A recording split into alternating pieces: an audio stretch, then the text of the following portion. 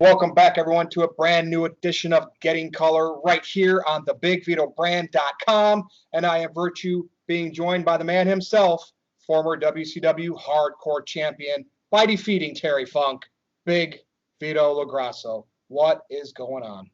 How's everybody out there tonight? It's the BIGV from the LOG coming to you live, baby, live, as always. Coming from the new studio. I hope everybody's enjoying it. Um, I look pretty good in the studio, not for nothing. Yep. Being a former Nick, shaker, baker, candlestick maker, doing everything you need to do to provide for the family and stuff, you know what I mean? And like Latrell Sprewell once said, how am I supposed to feed my kids on $21 million? Come on. Don't you wish you had those problems? I, I, I, I still can't believe those words came out of his mouth. So here's how we're going to start the show. This doesn't happen often. I sent you a group of Yeah. discussion topics, right? And we always stick by them. As we're getting ready to go and record this, we're all informed that Kamala has passed away. I knew he had health problems. I knew he was in a wheelchair. I believe he lost his legs, right? I don't know if he had diabetes. I don't know what issues he had. But Vito, would you like to share any thoughts on this? Because this is news. I don't even know how to react because I was a big fan of all those monster heels back then. I loved them all. John You know, Tenta, Kamala, great for the business. What is your take here? We just found out about this. guys, I'm gonna start off like this. I'm really when I look back at my career, I am I am truly lucky because I wasn't an indie guy where I did I was trupsing around and working on these two-bit shows. I mean, in my first year, I was working in the big time, and you know, when you get to meet these guys and they like you, and sometimes they don't like you because they pick you out of the litter. They see if you're a mark, they see if you're a kayfabian, they see if you're just a fan. But when guys like you know Kamala, you know James, see you, or Coco Beware, Jimmy Snuka, Bill Eadie, Bret Hart, the Bulldog, Big Boss Man, and these guys pick you out and they give you the benefit of their experience and they teach you like Honky Tonk Man took me under his wing, and if it wasn't for guys like Honky Tonk Man, and you say a Kamala in some sense, him and Coco Beware, and these guys put their calls into Lawler. These guys called up and hey, why don't you get this kid down there? He's a good kid. He's doing TVs for Vince. You look back and you say, hey, that was really good of them. And I could tell you, he gave me his phone number. He said, Skull, you call me anytime you want. I'll pick up your phone call. I'll help you any way I can. I took him up on his offer and I called him. He used to call me if I didn't get him, he called me. Um, if I didn't if I didn't hear from him, he always got back to me, and if I didn't, he was on the road. But as soon as he got a chance, he called me. Um, you can't ask for more than that when somebody reaches out like a veteran status, especially at a time in wrestling when like Virtue said, where they were bigger than life and they're the greatest big man heels, and he was on top of the world. And you look at today's wrestling and you say, okay, what's missing? That is what's missing. Yep. Those bigger than life guys, those big men, those characters, those guys who lived the wrestling business, who went. If you didn't go through Memphis, you never made it to the WWE. If you didn't go through Carlos, you didn't make it to the WWE. If you didn't make it to Japan in your first 3 years, you were a failure. I I guess it's just like a lot of people have been passing away last month. There's just a lot of people have been passing away in my life who meant something to me, and I can't say enough. I could say a bunch of thank yous, and I could really appreciate the veterans who put out for me, and I always say thank you to them. And I wish I could pay it forward more. I just had a guy call me up just 2 days ago asking me how to put together his resume. He has a tryout in one of the companies. I'm not going to say which one, but I said, okay, yeah, how do I do? I says, tear up everything you got down. Here's how you're going to do it. And I want you to go to so and so and say this to him, and they will guide you just by what you tell. Well, who taught? Who was the one who told you this? And they're going to say, well, Vito told me to come to you and tell you this. Vito, okay. Just because I told him to say some words that were passed along, and these are the words you always say when you get the tryout, when you get to that place. I am not at a, I am not privileged enough, or I don't have the opportunity to teach these things on a regular daily basis. And it sits inside me. But when guys call me, they say, Vito, they they uh, they took my stuff. They looked at my stuff. They asked me who helped me with this. I told them who did, and I said that you said hello, and that if you could do A, B, C, and D, and they took care of the guy.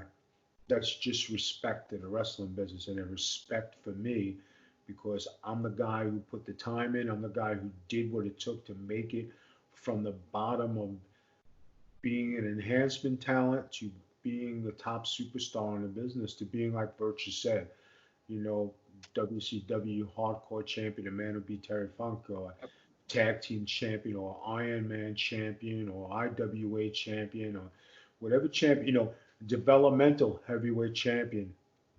You know, championships are great. They're just a place you hold. But the position in wrestling that you hold is you want that respect that when your name is mentioned, everybody's ears open up. And how's he doing? What's going on? Yeah, come over here. Come in this line. Don't go in that line. Come in this line. And I think that's what's wrong with the wrestling business today is that you have a lot of schools and you have a lot of guys that might mean well in teaching, but if you can, you ask your teacher, what was it like to sign your WWE contract? What was it like to sign with WCW? What was it like to sign with ECW? How were your tours of Japan? Um, how do you handle a tryout?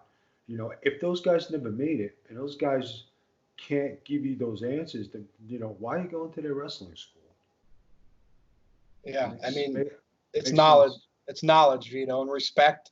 And that's, we've always had bigger stars back when it was the old school way, right? If I'm looking back as a fan and everything I've seen to what I see today, it's what you just mentioned. And you don't see it as a fan, but you telling me is how I understand it. How Kamala took you under his wing, and just how it's to pay it forward. And you see it in the product. And today, where is that? Few Guys, and far between. I tell the story all the time, and maybe I don't like to brag. And like I said, in my house, my wife always says, "Why don't you show your wrestling memorabilia?" I got tons of stuff in my garage. When are you gonna put your championship belts out? I never put them out. I always say, keep them away, you know, because me looking at them, you know, I know what I achieved and I lived it, but looking at them sometimes makes me sad because the business is not like it used to be, and holding those belts at one time meant prestige and honor. And you were on the Nitro Wars. You were going against DX for ratings. You were challenging Terry Funk, the best hardcore wrestler probably ever of our generation or any era. Here I am going head to head with the man. And when you go with the man on Nitro on you know on Monday night and you're competing with the WWF and with the WWE, and you're when the magazines meant something, where here's Big Vito and there's Eddie Guerrero, here's Big Vito, there's The Rock on the other side. I got the magazines to prove it. When the rankings meant something, and you know when the rankings came out, the boys used to get excited to see where they ranked. It wasn't like today where you mail it in. That was a legit ranking, and I was in the hundreds. That was good enough for me. I didn't want being number one, number two, and number three. Hey, that's your handpicked in life. That comes out before. But if you get to pin one, two, or three, it puts you in some pretty damn good company because not everybody gets to pick pin number one, two, and three. Like, you know, a gentleman by the name of Mizawa, right? Everybody knows the story. I went in there, and I didn't know who the hell he was. And I just said, okay, man in green tights, laugh at me. Okay, great. And I pinned him and I made history. And nobody pinned that guy in 5 years, a Triple Crown winner in Japan, probably one of the greatest wrestlers in Japanese history. Here I come just trying to make a name for myself because I thought he was some dumb looking chump who was laughing at me, but I didn't want to be laughed at. So, guys, I know I sound kind of down, and I'm not trying to be, but I know we have a lot of good topics, but I just want to say, I wish the wrestling business can go back to the way it was. When you got a guy like Bret Hart, when I did TV tapings and he was a little hard on me and came back to me, he says, hey, I apologize. And I said, for what? He says, I was a little rough with you. He says, but I asked to work with you today. I just looked at that match on Twitter where I had offense against Bret Hart, the great Bret Hart, champion. And nobody had offense on Bret Hart, especially doing, those types of matches. And here I was going toe to toe with Bret Hart. And for a little bit of time that I had, that was great and brought my ego up, brought my self esteem up. And to know I could hang with these guys, I could wrestle that early in my career, and I could wrestle with these guys. And that goes from the training I had and the tutelage that I had. For all the veterans who ever took participated in teaching me, I thank you all the time. But today I say goodbye to Kamala. James, you know, thank you very much for taking the time with this kid who wanted to be somebody in wrestling. I appreciate it. All right, let's start the show. Well said, Vito. We have some head scratcher topics here, and we're just going to kick off with, speaking of veterans, Chris Jericho, we know, veteran of the business. I didn't even know this until I read the news. I guess he did a Fozzy concert in the last 48 hours or whenever it was. Yes, I know with lack of social distancing and lack of masks. So please tell me what's going on with this? Is he a non-coronavirus believer? What do you think here? Very strange. And I think it's on U.S. soil. I am going to say this, guys, okay? Now, I know we're in a pandemic. I know wrestling is very highlighted. I know we got a social distance and everything. But can you honestly wear a mask at a rock concert? No. I mean, let's be honest. I mean, I know people are jumping on the bandwagon, but I can't knock them because you don't do that at a rock concert. You don't go there to wear a mask and not to breathe. They're smoking, they're drinking, they're cursing, they're doing everything under the sun to do what they do, and that's to be a rock and roller. So Chris Jericho didn't do anything bad. You know what?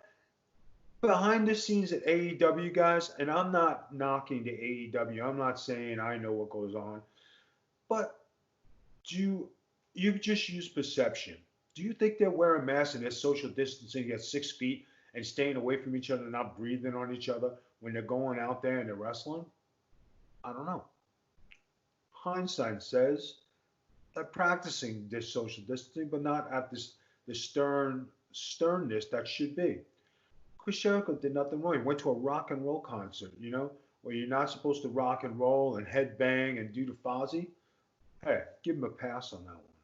Yeah, and I will too, because it's like that, that group of people that likes to rock out and go. I mean, it's travel at your own risk. It's usually younger people. And what we're starting to see is, yes, we're getting huge numbers of virus positive tests, but also the younger the people that get them, they're not getting the complications as much. It's still serious, Vito. I know you know that, and I know that. It is guys, it's very serious, but we've been at this for 6-7 months, right? Oh, God, it seems like a year.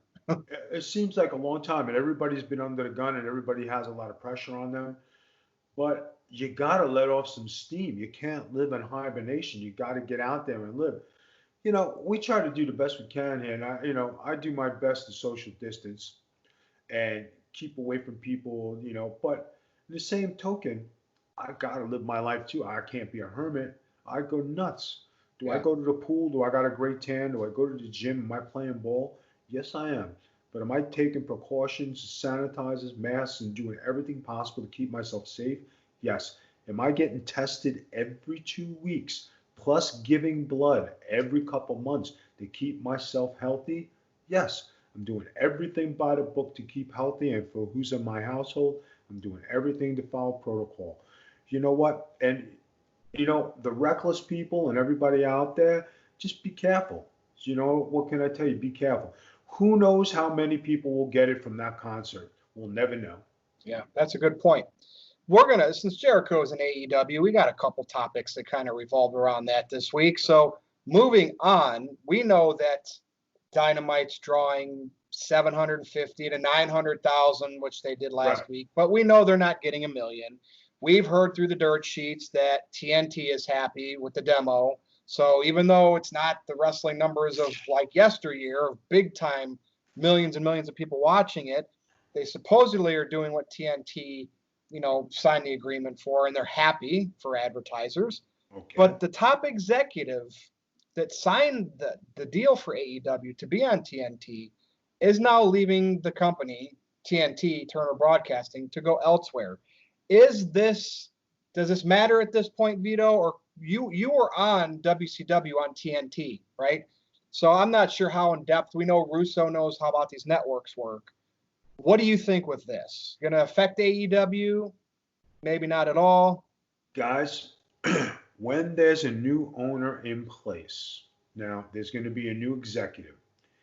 He might have a different philosophy on how he wants to run his business. He'll want to bring his guys in. He'll want to do things his way to get the best ratings because his name is going on it. It's just like football in the NFL, right? Let's take the Jets, for instance, okay? And the GM before Douglas had all these picks and all these draft choices and everything. They just got rid of the last draft pick from that guy's era, and they got rid of all the players from this guy's era to start with Douglas's era. So it was a house cleaning. It's just like the Mets who are up for sale. Do you think that the GM that's there right now, if they don't win this year, when if they get a new owner, do you think he's staying in place? Ain't happening. The New York Knicks, they've been going through change after change. They finally got a good system, a good general manager, and uh, a good team going. They think they found the right coach. He's a winning coach. He's a good coach. Now they just got to get guys to come and play. But the thing is, James Dolan is the problem. They don't want to play for him because of such and such. So it's up to the new GM, who happens to be very friendly and a very popular guy in the NBA, to bring in these stars and bring in what they need. So the answer is yes, they should be a little bit worried because the first time they dipped to 600,000, somebody's getting a phone call. Yeah. Yeah, I mean, maybe early on, TNT might have been happy. Hey, let's get these numbers to start off with. But I mean, we're going to be approaching the year anniversary, and you would think that seven figures is your goal. And here's the thing: I know of some guys, you know of some guys that would be great consultants for TNT, not for AEW, but to give them some inside scoop of how you should present a wrestling product to get the most eyeballs. That's all I'm going to say, unless you want to add to that. Guys, it's we're in a funny place because we don't have any crowds, we don't have any things, and like um over the past couple weeks, I went on the WWE network and I was watching my old matches. Every house show was filled to capacity.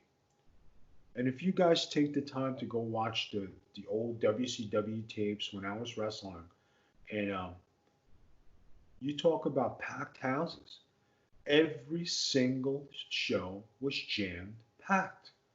So you're talking, not only was I wrestling in front of jam packed houses when I was in the WWF in 1991, 2 and 3 and 4 and 5 and 6 and 7 before 98 to go to ECW.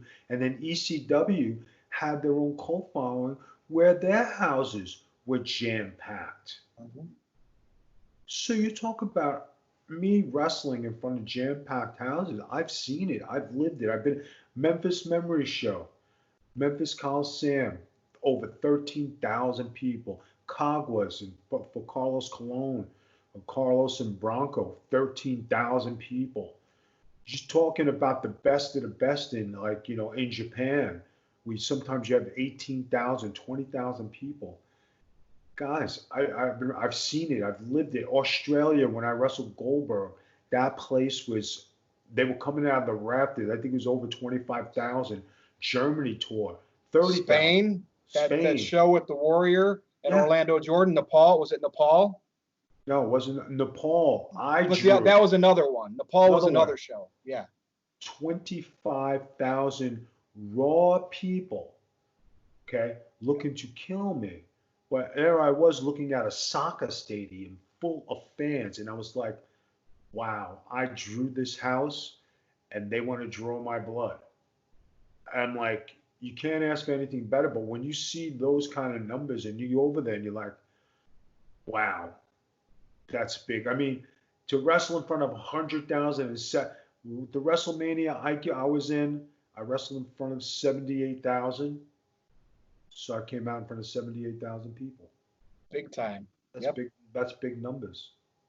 So we'll have to see. I'm sure there's still some people in place at TNT that were part of this AEW, and they're still going to be, working closely with Tony Khan and maybe happy with status quo. But, I just like to see companies need to get pushed, right, to be their absolute best. So we'll see what happens with this. Now, speaking of bloodshed, getting color, you were talking about Nepal, that they wanted your blood.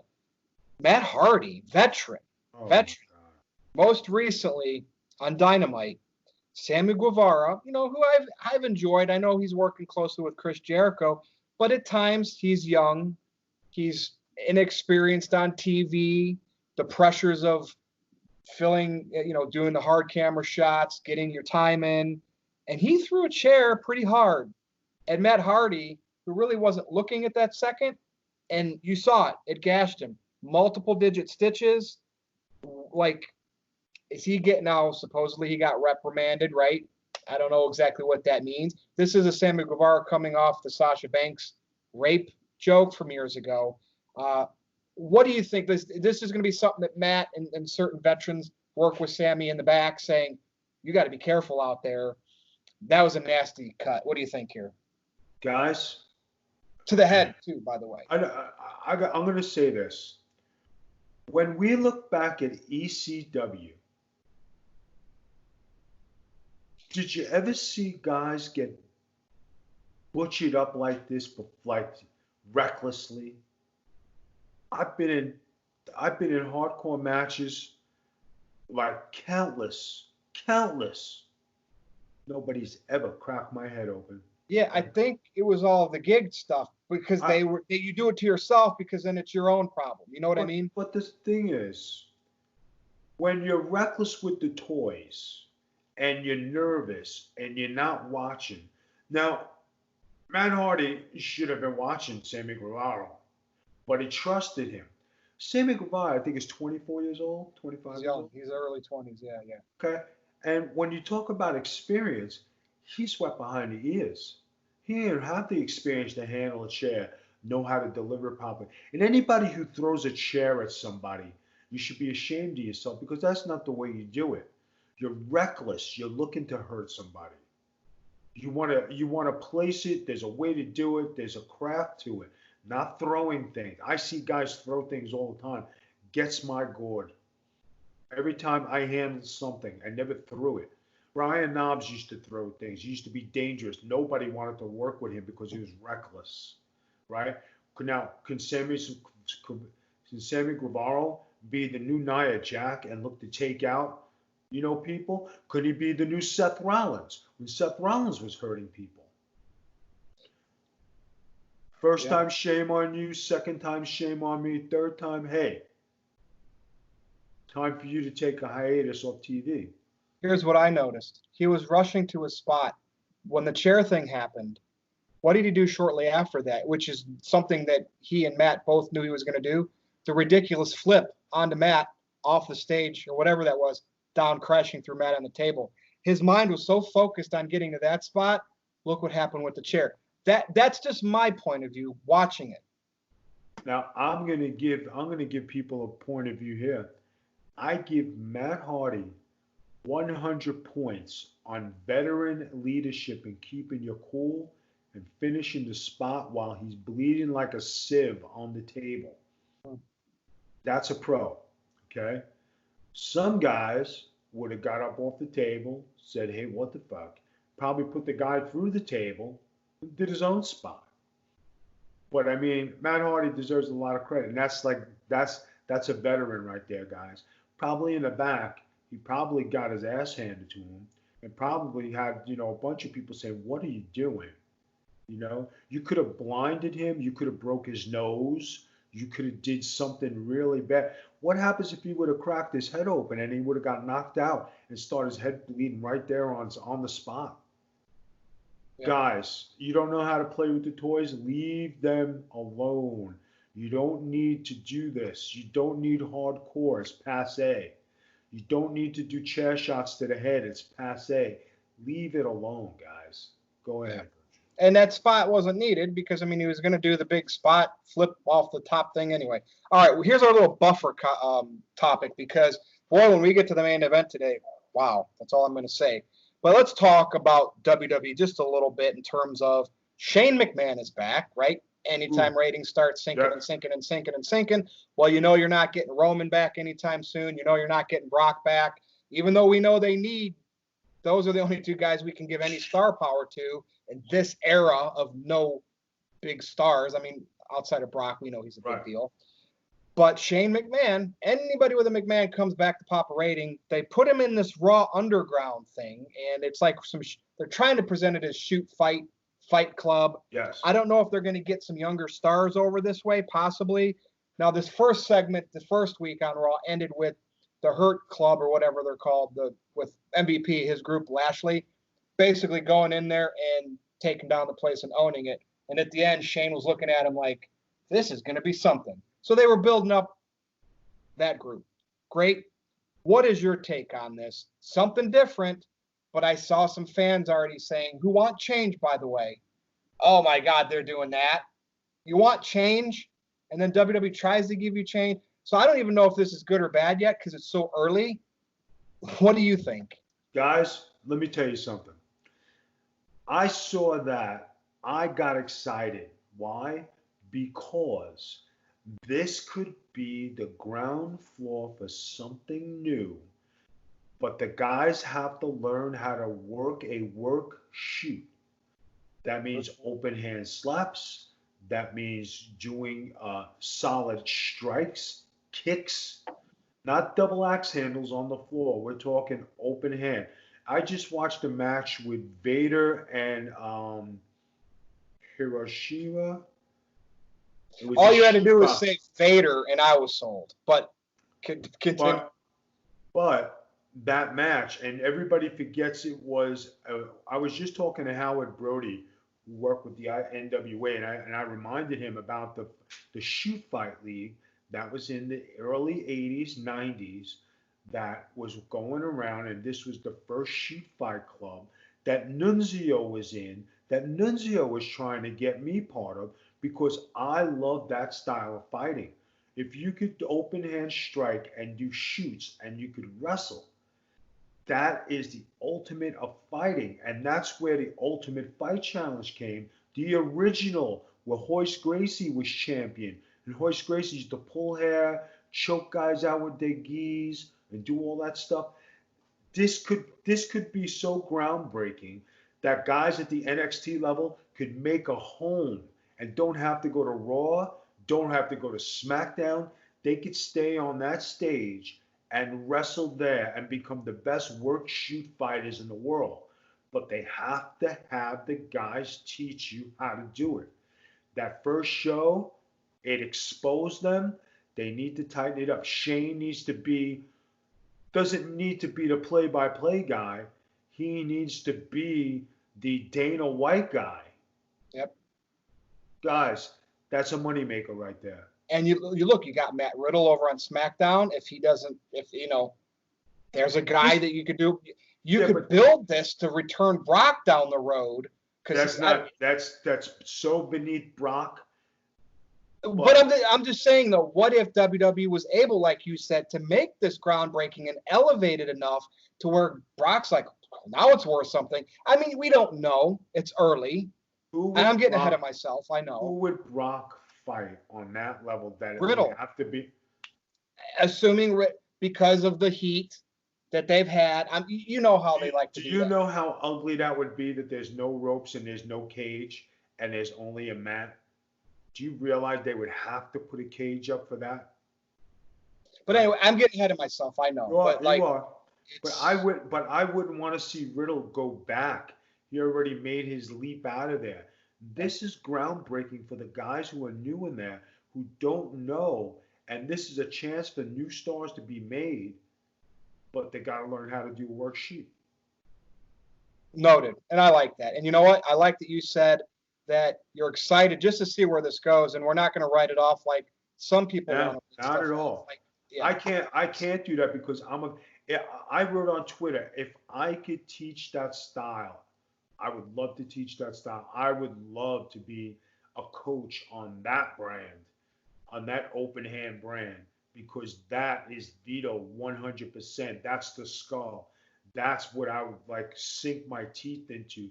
That's what's getting the meat potatoes. That's what being a wrestler is about.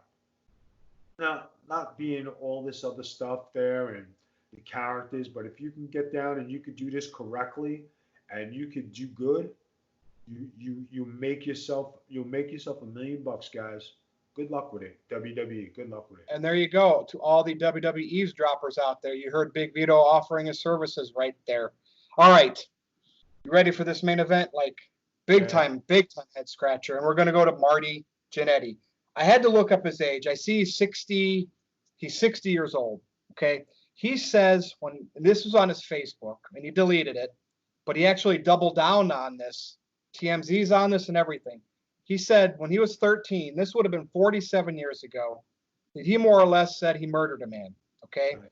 And it made it sound like it wasn't his last, but I'm more worried about this particular instance. Now he did say this was at a bowling alley next to a river, and a guy that worked at the bowling alley was coming on to him, touching him, and he was defending himself. Now it's more like a self-defense, and fighting this guy off, hit him in the head with the brick, potentially killed him. Like we don't know any more on this yet, and threw him in the river. Now, usually bodies turn up, people go missing, and cops are all over this. So is this Marty on drugs, not knowing what the hell he's saying?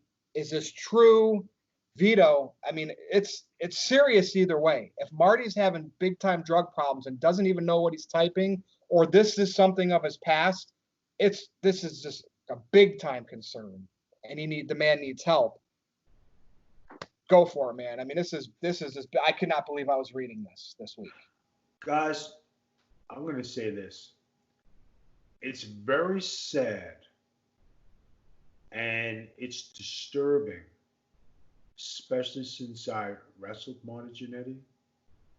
I, you know, I know him for many years. We're talking almost 30 years.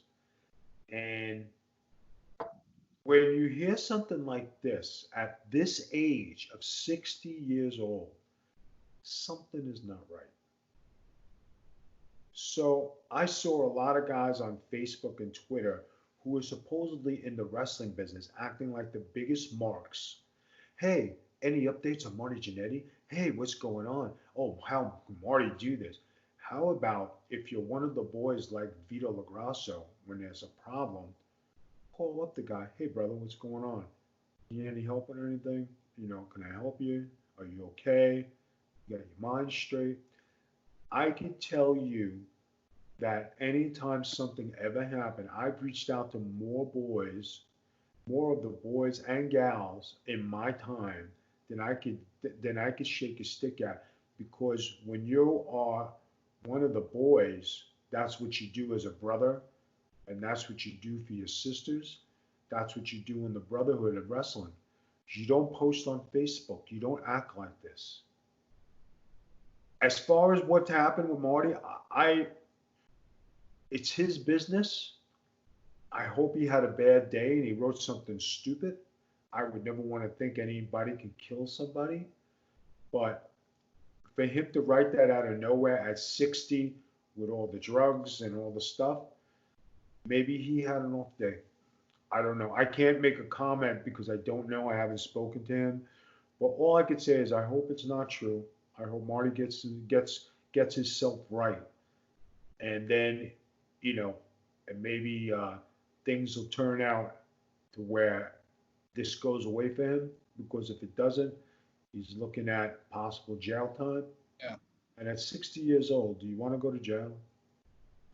Dude, and you know, say it happened and say it was self-defense. I mean, he hit it, and that's a crime. You know, I mean, a scared kid, whatever, 13 years old. It's just that's crazy, just crazy, crazy. So hopefully we get some news that kind of corrects this, or we get more, you know, more light is shed on this situation during this week. And I don't like any. This is just weird. It's weird, and you got to look out for the guy. You know, I mean, But you know, you know what it's stinks? You know what's what, that? David? You want to know what stinks? Well, we had all the concussion stuff over the last 5 years, right? And there were guys who needed help. I reached out to almost all of them and trying to offer them help. You know, guys who called me who have passed away. And the most difficult thing to hear is guys in trouble and you trying to help them. You might not talk to them all the time, but because you rode the road and you broke bread and you know you're a family at one time, that bond doesn't break. I could tell you when the lawsuit came out, a guy by the name of Brian Christopher called me. He said, Skull, he said, I need some help. I said, but I don't want to affect my father and I don't want to cost him his job. I says, well, I says, I understand that. I said, why don't you call the lawyer, call Bill, and let's see if we can, you know, let's see if you can come to some kind of compromise. I says, but this is what it is. And he says, can you help me with some things? And I says, yeah. I said, let's speak to Bill and let's get you some help. He wasn't the first one and he wasn't the last one. Balls and Axel.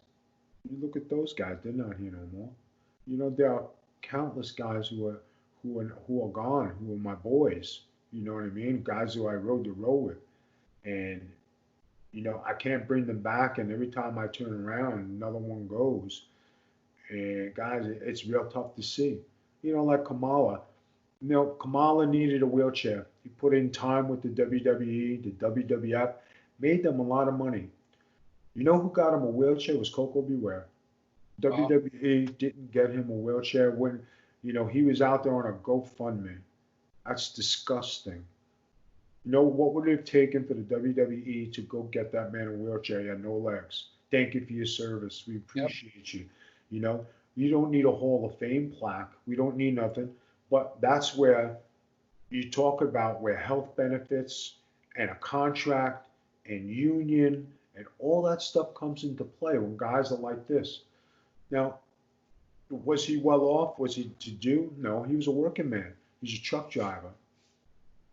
You know, and it's just very sad to hear. I mean, I called up the lawyer today, and everybody knows Kamala was with the lawsuit. You know, his wife's speaking, and you know, his brain is being donated, and that's going to be a great thing.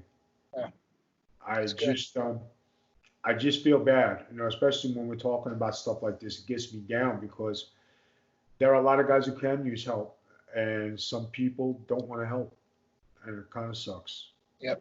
Well, I know our listeners and viewers are going to appreciate this episode today. I mean, they appreciate every episode, Vito, but this was powerful, and we're going to close it. So I'm going to give you the floor to say any last thing you would like to say, and we're going to send this to Noel because people need to hear what you have to say this week more than any other week recently. Guys, I want to say this: if you've been wrestling and you cross paths with me and you rode the road with me, and you need somebody to talk to, you got some problems, my number's available, my email's available, Facebook is available. Hit me up. If I can help you, I will help you. You know what I mean? I always put out my shingle like that. When it comes to guys in the business who have opportunity and they need the know-how. Guys, you want the real stuff. You want the truth. You want the straight dope, right? I'm not gonna sit there and watch a bunch of tapes. I'm not. That's not me. But if you definitely have a tryout or you have something coming up, you need to polish up your stuff. I'm the guy you want to talk to because I could tell you the things that they will look at because I've been in the office when they go through guys' stuff. Nah, this guy's a jobber. Nah, this guy's a bum. Look at this stupid tape. Look at this. I've sent out countless stuff to them. I hit it right. I know what I'm talking about. It's the guys out there who say they're trainers and teachers and they've been in the business, but how can they answer the question that I'm going to answer if they never hit that home run? Yep, that's a good point, Vito. And you can get a hold of Vito, right, on Twitter, right, at the Big Vito brand. And if he follows you back, then you can DM, like if it's somebody that you need to reach out to. Hopefully they would already have your number, though, Vito. Any of the boys out there who got problems like that, or you said, let's try to get you some help. Let's try to make it so it's good. And for all the guys out there who are wrestling and you're going to use that chair or you're going to use that stick or you're going to use a bat or whatever, guys, be careful, man, because you could really seriously hurt somebody. And if you don't know what you're doing, just say, I don't know what I'm doing. Can we not do this? It's okay to say no. Don't be that mark that says yes to everything and you wind up crippled. Vito, what did you think when Terry Funk hit you with the water bottle, the water cooler bottle? Was that from Nitro? Yeah, that was natural. But guys, he hit me solid. Those were solid shots directly on the top of my head, right? The top of your head and your forehead are the most solid points of your head that you can get hit with. And it would hit flush. When you take a garbage can, okay, it isn't hitting it sideways or with the handle. It's hitting it flush so it bends. When you're hitting somebody with a garbage can lid, don't hit them with the handle like Ralphus did to me. Hit them with the flat part. That's true. Kendo sticks. I was the king of kendo sticks. There's a way to do it and there's a way not to do it. And when you're looking to take somebody's head off or aiming for the nose or anything, there's special spots you look for. There's a way to swing it. Just don't swing the thing to say you're going to swing it. If you're going to give somebody a chair shot, hey, brother, put your hands up. There's no this ain't the Bravo stuff of Skull Von Crush or Big Vito from 25 years ago. Those days are over. And The Rock and Steve Austin and Kurt Angle and everybody else who took chair shots.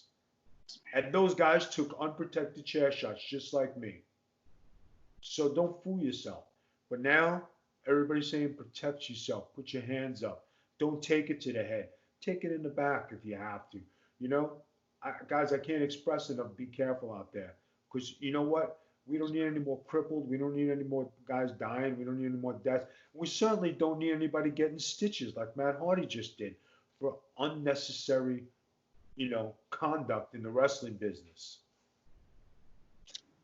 And that's a great point, Vito. And everybody listen to Big Vito. He knows what he's talking about. But that's it, folks. If you want to follow Big Vito, do it on Twitter at the Big Vito brand.